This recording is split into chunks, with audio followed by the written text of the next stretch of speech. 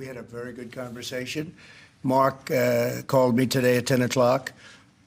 We put out a statement. We had a very, very good talk. He's going through an election now, and we'll see what happens. But we have Liberation Day, as you know, on April 2nd, and I'm not referring to Canada, but many countries have taken advantage of us, the likes of which nobody even thought was possible for many, many decades, And, that has to stop.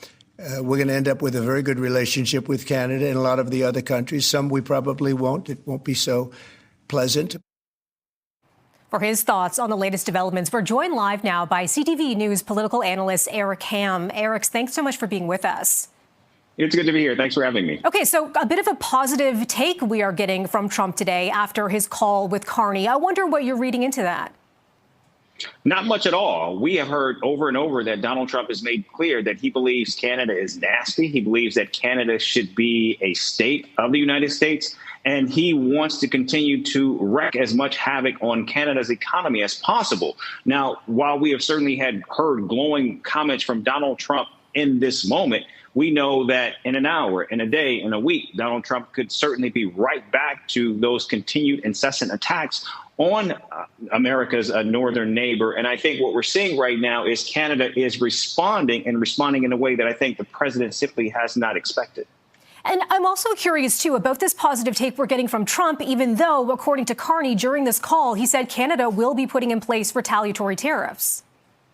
Yeah, that's right. And again, I think what we're seeing here is Donald Trump simply does not believe that Canada and the United States are countries of equals. And I think what we're seeing right now is Mark Carney is doing the right thing for the nation and attempting to try to become less dependent on the U.S. economy and also create different partnerships, relationships, trade alliances that will bolster and grow Canada's economy as well as its military standing as well. But while certainly all of that happens, what I think we're going to continue to see from the Trump administration is a continued effort to try to bend and force Canada to submit to what Donald Trump wants. And what that is submission to the United States.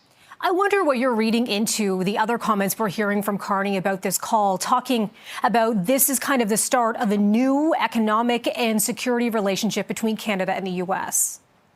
That's right. And this goes counter to what we have seen for decades now between the two countries, where right now you're seeing tremendous economic and military integration between the two nations. But clearly, not only does Canada recognize that has to change, Europe is certainly recognizing it as well, as evidenced by what we have seen in terms of Donald Trump's treatment of Ukraine and its ongoing war with Russia.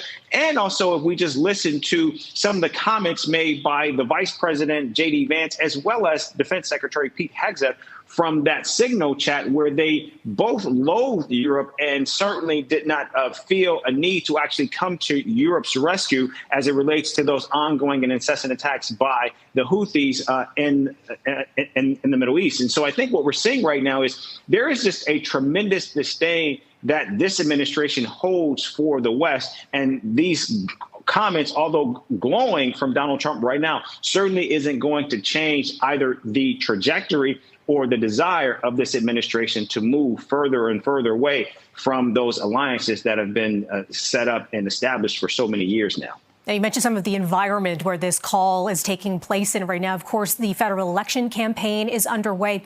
I wonder how this call will factor in to the election that we're seeing happening right now. We're seeing the spotlight a lot on Carney right now.